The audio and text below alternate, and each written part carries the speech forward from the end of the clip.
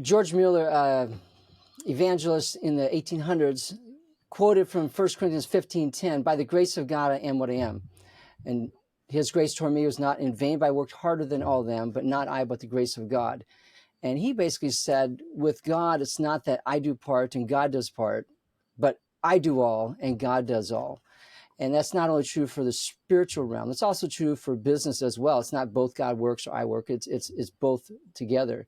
Because we have a temptation sometimes to ignore God and just run with business, or we have a temptation to swing back and say God's going to take care of it all and not really do anything in business. So today I've brought on James Barthel, author of the book called Thou Shalt Grow, how to integrate faith in business and about scaling your business and faith, and about the story that God's led him down this path. James, thanks for being on here with us today. Yeah, what a pleasure to come in and speak with you and your listeners about this exciting topic. Yeah. James, what is one thing that you have found that we can honor God in our business with? Whoa, wow, one thing. You Well, can I tell think our more than that. I'll time, just try to I narrow it think down. we got to honor God with our time. That it's a gift Okay. every day, and we need to glorify Him every chance we get with our time. Good deal. Honor our time. Very good. So give us a little background. How has God led you into business and where you arrived at today? Because you're not today where you were 20 years ago. Yeah, that's correct, right? Probably none of us are really. Yeah, in my book, Thou Shalt Grow, I kind of lay out the journey that I had a corporate career and I started, which is, similar to many of us. And that corporate career was growing fast. And I have engineering degree and a MBA from a major university. So all those things kind of fed into being able to do career growth. And I was involved in helping to close large government contracts on the military side. Dealt with lots of zeros, millions and billions of dollars in doing that. But I found myself right around the age of 30, quite spiritually broken and with a really hampered personal life. And I found that even though I had been saved as a boy, I'd really lost my way in those corporate years, even though I had, tremendous growth. And through providence, I guess, of God, I had the opportunity to use my expertise and my knowledge to do a entrepreneurial startup and, embrace that. But I really didn't know how to integrate faith into what I was doing, although I had made a firm commitment after that, downturn in my personal life that I was going to do everything I could to operate by faith and get back in a right, alignment with God. So I made a 5-year deal with him. I said, Lord, that if you would prosper my business in the next 5 years, I'd be all yours to do whatever you want. Because as I looked around, that's the way it worked, right? As you went into business, you did something, you made lots of money, and then you devoted your life to God. I love how God embraces our immature, deals. Yep. He'll meet you where you are at Yeah, anytime. right, Yes. right. Well, of course, I had a lot to learn about doing business, but I really didn't have any good mentors or role models. So I dove in the best I could, studying the Bible, listening to others. I really read as many books as I could in growing the business. And just I'll try to hit the highlights is after a few years of success, our business completely dried up. We had no more clients. The phone wasn't ringing. The emails weren't pinging. And it was a really interesting time because I had dedicated the business to the Lord probably a year before that. So it's like, really, this is what happens when you dedicate your business to the Lord. Yeah, sure. But obviously there were some things that needed to get addressed. And I think that's what we're going to talk about today is alignment and engagement with God and then how we do that in business. And I went through a couple-year journey. I had an opportunity to do business in Israel, and I got to work on a government project to clean up a biblical river, the Kishon River in the Jezreel Valley, where Jesus would have dipped his toes in as a boy, and tremendous biblical significance with Elijah and Mount Carmel. And while there, I had a spiritual awakening, and I felt, that I could finally realize that this Bible I'd been reading and this Jesus I've been praying to were actually a real person in a real place that had real circumstances. And So jumping forward, I made a commitment. I'd go as far as I could. Lord is following him, and I surrendered everything, not just my business, but my life, my leadership, and other things. And quickly, the business recovered. In fact, he returned, multiplied more than we ever lost. And we went through about a 20-year journey of learning how to integrate faith into this business. And through our ups and downs, eventually we got to the point where through the revelations of these biblical roadmaps and a framework of integrating faith into leadership and business, we were able to scale our business, took it from a small local company to a national company, and scaled it, in a major ways. And eventually, the Lord not suggested, but kind of told me maybe it was time to sell the business and go help other Christian business leaders figure out how to integrate faith in the business, which is where I am today, which is why I wrote my book, and which is what I do on a consulting and coaching basis today. Very neat. Very neat. And yeah, he does tempt us, and not tempt us, but try us. And are you still going to follow us through, Deuteronomy 8 says, he caused you to hunger so that you could see if you're going to trust him or not. And he fed you, but he led you through that stuff. So when we integrate faith to our business, we are creating a biblically based culture. What do you think is the cause of some Christian business owners who really want to have that, but it doesn't seem like they have a good culture? Even though they're good Christians, they don't have a good culture in their business. Yeah, I think, in the first, I call them horizons, in the first horizon of growth that I write about, we're just trying to be a good Christian in business, and we're just trying to figure out what that means. And a lot of it is a self growth and becoming comfortable with how we express our faith, and then how we can get others that we work alongside to align with us.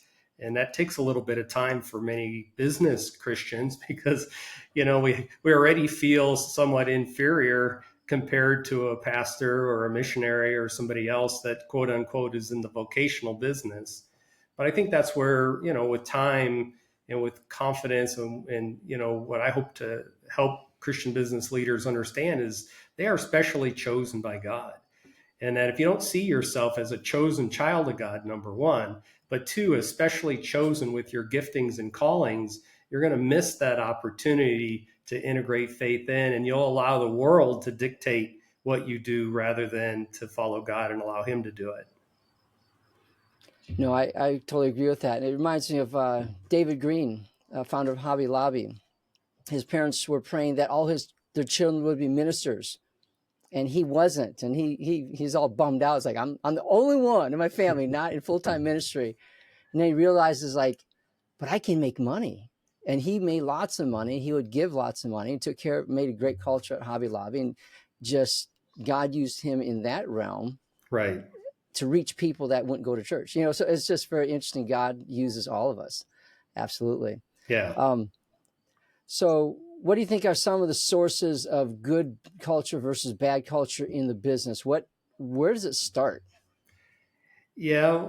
Well, what I found, and again, what I try to illustrate, if we're talking about a Christian business leader who's really, getting started, or has been in business for a while, but really now wants to get more serious about integrating faith in the business, you got to work on alignment first.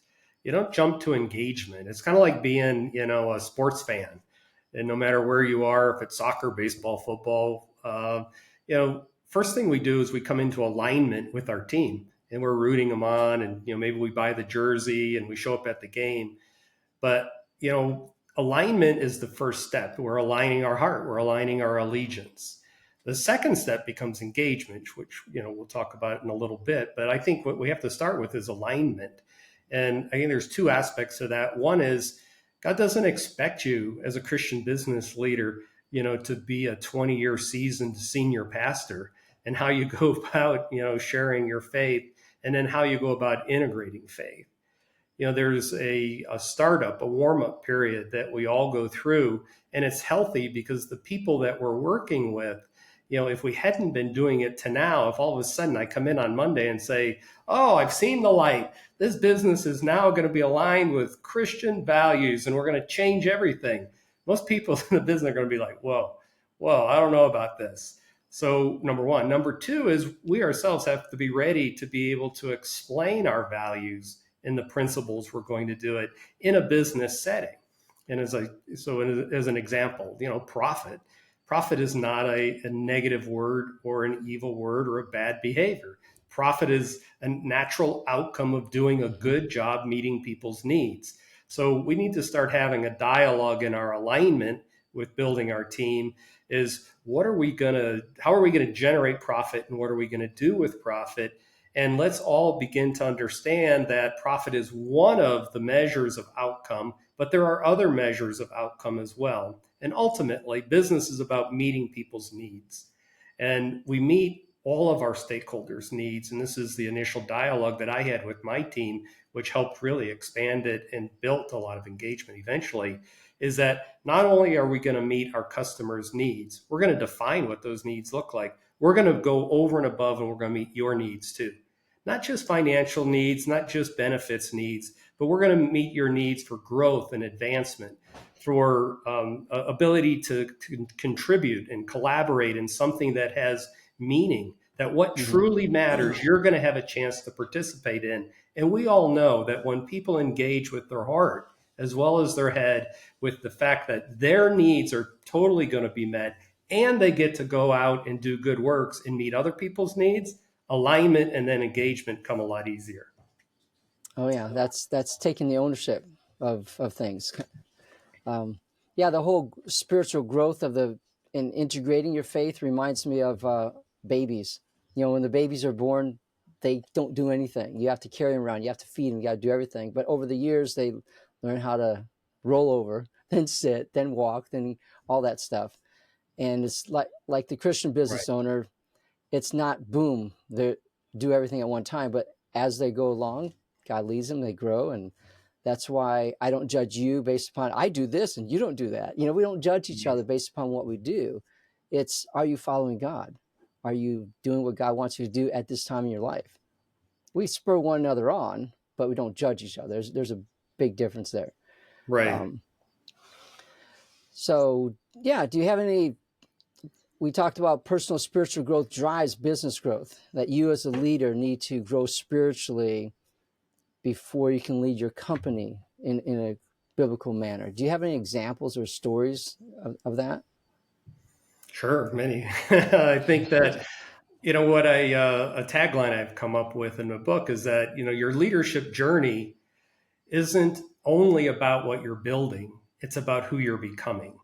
And I really emphasize a lot of that because I think our identity and as a business leader, can be challenged when we compare it, as you say, if we're comparing it to others, maybe others have a larger business or others have come from a family that, had 100-year-old business that the name is well known and, their revenues are in the B's and Mm-hmm. you're barely in the M's. Yep. We certainly can't compare where we are.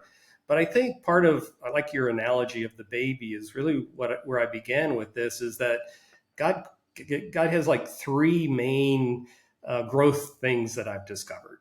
The first is that business is his idea. It's not a man-made thing. Mm. The organization of work. So work is his idea in the garden. The organization of work naturally follows. So that's his idea to give us purpose and to meet people's needs. The second one is that growth is not optional. Growth is mandatory. In the garden, we're told, go forth and multiply. And when we look at Jesus's parables, which 60 to 70%, depending on who you listen to, deal with the Yep. marketplace, is all about multiplication and growth. And the third aspect of that is the very first parable that Jesus teaches from is about our spiritual growth that allows us to uh, grow our calling, in this case, business. The parable of the sower, some people associate completely with evangelism, but it's only the first one in the hard path that is an evangelistic message that he gets lost. The rest of them accept the message and are now working on the condition of their heart. And then they go through three levels of spiritual growth with the mature leader, the mature sower, having a good heart aligned with God, engaged with God, so that he can do God's work and multiply it. And in my own life, many examples of my own spiritual growth. Some baggage I had as coming up as a child. I had my parents went bankrupt when I was in high school and kind of had a thing about money that I needed Okay. to earn money in order to meet all my needs, not realizing it was God who was actually providing all of my needs all the way. I mean, there are examples of where we're tested as a Christian business leader. We go through many challenges. We feel isolated. We feel not appreciated. We feel overwhelmed. We're up at 3 a.m. in the middle of the night, worried about these things. We feel things are out of our control as we hire people and we try to get people aligned around what we do. And I think that part of what happens as a Christian business leader as we try then to integrate faith into our business in a deliberate way, which is how we start, is that God will, as you point out, there'll be opportunities that come forth. And one of the beautiful things about a Christian business leader, you have all kinds of opportunities to apply your faith every day, every hour. So what's going to happen, right, is these things are going to come up and you're going to be in a weak moment. Maybe you got a bad financial report or something's going on at home or something, and somebody comes in and you got to make a decision. Are we going to do it God's way or are we going to do it the world's way? And often I found myself sometimes early on, it's like, well, maybe this one time, we'll just kind of do it God's way or the world's way this one Next time. time. Yeah, next time. I'll give you a specific example. We had an opportunity. It was here in Colorado to bid to a municipality, and we, uh, we we felt confident in our abilities. So I did the worldly thing, and as you said, we don't criticize others. Well, in my proposal, I kind of criticized the other company that was The bidding it, competition. who Wow. Okay. the competition. You do that, when you're in the worldly environment. I did in the corporate world. Well, what happened is we submitted our bids. We submitted it via FedEx because I didn't want to drive it there. Guess what? There was a snowstorm in Nashville, or Memphis, right? And our Okay. proposal didn't get there. And it was a rip Wow. where they open it and then they give it to the lowest bid. So the company I criticized ended up getting the work. And we needed the work at the time. So at that point, I said, God, I'm going to do it your way. I'm not going to criticize my competition anymore. Yeah. I'm going to just take the high road. Yep. No, I like the story. That's great. Not that that happened to you, but yeah, God does things like that. It's like, okay, let's do that. So yeah, your book, Thou Shalt Grow, you have the 3 levels of success. You just Mm-hmm. named the 2 of them. Um, did you name all 3 levels? No, so the 3 levels, and it ties to the parable of the sower, is Okay. that the sower with the seeds that are sown on hard rock, a hard heart. Well, that's where, as Christian business leaders, we're just surviving. And we find a lot of business leaders overall and Christian business leaders, they're just hanging on, or they're just kind of got to a level of growth and they're just holding on. They really don't have much hope for much more, and they're just struggling. So I call that the first horizon. I mean, it's a survival horizon. It also fits. There are 5 stages of business growth if you study your MBA program like I did. And the first 2 stages are startup and survival. So all these Hmm. stages fit completely well with the stage of business development you're in too. The second stage is where you go from survival and you grow into consistent success. You can have Sure. occasional success, but really the key to success is being It's consistent. consistent in this success and consistent in how you integrate your faith. So the second horizon is growing into a consistently profitable, successful, growing, integrated faith business. And there are plenty of businesses and business leaders that'll get there. Now, the third horizon, which I use a mountain as the illustration because it illustrates our potential, our God given destiny, and what God has in store for us, but it also represents the glory of God. And almost every major event that happened in the Bible happened on a mountain. But if you think at the top of the mountain, when Jesus was at the top of the mountain, when he was transfigured, if you look at, being crucified on the top of a mountain, Moses Hmm. going to the top of the mountain. The top of the mountain is about scaling and multiplication. And that's the highest level of a business growth is when you go from constant success, consistent success to maturity to scaling. And who doesn't want to scale these days? I mean, just do a Google search or chat GBT on scaling, and everyone wants to be scaling. Well, Sure. Jesus's parables teach us how to scale, but we also have business teachings to scale. But if we blend those two together, so some of us, if we're diligent, consistent, and then we're going to add in deliberate, consistent, and there's the last piece, and that's disciplined. In the Hmm. third horizon, the highest horizon, business leaders who lack discipline and don't put the time in to prepare will never scale. So, what I help encourage and write and provide a framework for is that to get to scaling and to grow in all these horizons, preparation is the key. Many of us Christians, and I was certainly there as well, as you pointed out in the beginning, we sit there and say, "Oh, dear Lord, give me more, give me more. I want to grow, I want to grow. Hey, I lost that contract. I really wanted that Yep. contract or this client or whatever." I'll give you one of the biggest secrets God showed me and what I experienced in life.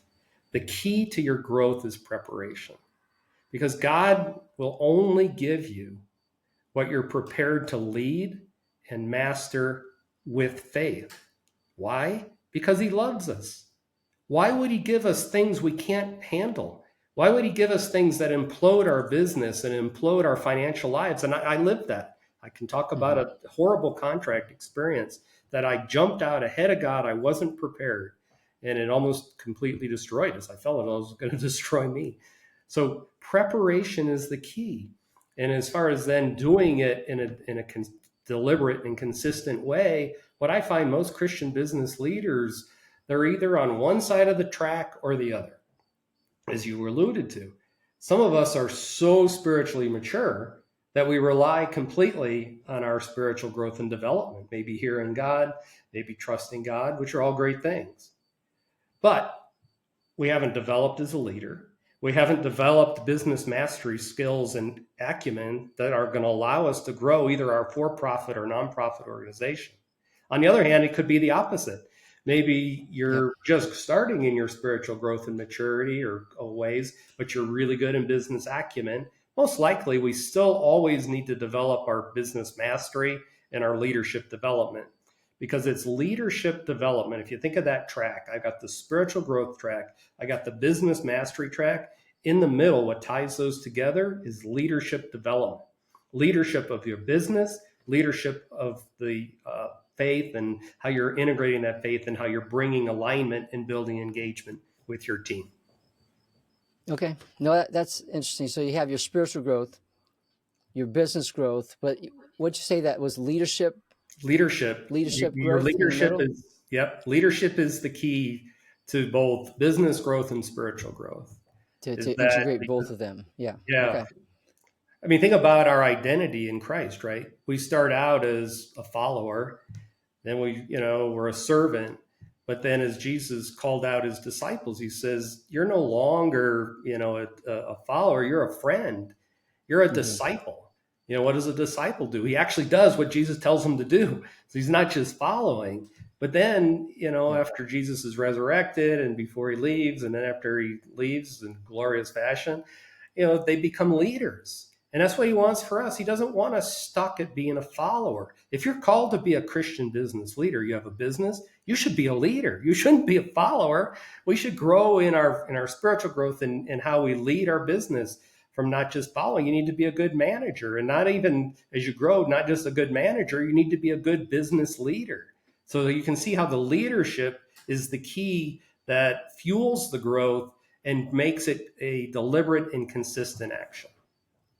And that's what we write the book on is these are the three levels. This is how you grow as a leader. This is how you mature spiritually. And then this is the 5 stages of business growth, which are then also tied to those levels. We grow in our leadership, we grow spiritually, and we grow the business together because going back to what we said, God is not only interested in what you're building, he's interested in who you're becoming and who you're Absolutely. helping other people to become.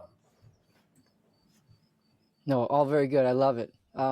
I like what you said as far as being prepared. It's kind of like God will give you what you're prepared for. Like when you pray for rain, are you preparing for rain? Are you preparing to grow? Or are you just sitting back and waiting to grow and then get prepared? So yes.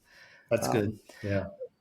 James, very good. I like this stuff. We're going to wrap it up here in a little bit, but before we do, what is one, it could be a couple, but simple steps we can take to begin to apply some of this information to scale and grow in our business today?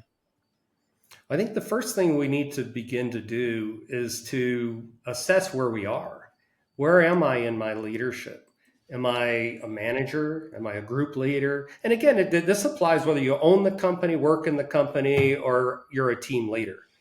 It's all leadership, and all leadership is important to God. So this book and how it gets applied. So we need to assess where we are, and then we need to think about where we're going next step. Don't worry about 3, 4 steps from now. I mean, you could be aware of it, but focus Yes. on the next step. And so I think, assessing where we are, and we have a free assessment that, we have that will be on our website to help you figure it out, and then figure out where you're going, and then put together, just like in any time you put together a plan. I mean, we need a plan for our spiritual maturity and plan for how we're going to grow the business by integrating faith. And it needs to have, these action items that we're going to follow in on. So once we know where we're at, where we're going, then let's develop 3 to 5 steps we can take to grow our spiritual maturity right now. 3 to 5 steps I can take to advance my leadership. Where am I going to go for leadership class? I'm going to get a book like Thou Shalt Grow, and I'm going to read it, and I'm going to grow in my leadership. But it's not just reading it. I'm going to actually take notes, which we give you And room put to it take into notes. practice. Yes, all Right, that right. stuff. And then business mastery. Where are you in your business, or maybe in the business you're working at? Maybe they're 20 million a year, and the plan is to take it to 50 million or 100 million a year, as the owners speak. How can I participate in that, and what steps can we do? And again, we lay that all out. We lay out, the whole progression of just starting to going through early stage, middle stage, and then even scaling in later stage. So preparation, and have a plan. We all have a plan. I have a retirement plan. I have a health plan. Yep. You go through it. I have a golf plan. I'm not very good, but hey, I have a plan to get better at golf. If I'm going to get better at golf, why can't I get better at spiritual growth? Absolutely. Yeah, absolutely. Yes, we will definitely put all that information in the show notes. James, thank you very much for your time, your encouragement, your expertise. I love it. It's great. We're going to put the links to his book and to his website in the show notes, so you guys can get in contact with him later on. And also, I encourage you to sign up for our newsletter for the weekly inspiration and for a Bible verse that for business success, for you to read, be inspired by, and apply to your life. Friends, that's all we have for now. Trust you've been inspired to redeem your business, redeem your time, buy it back, and walk worthy of God's great name.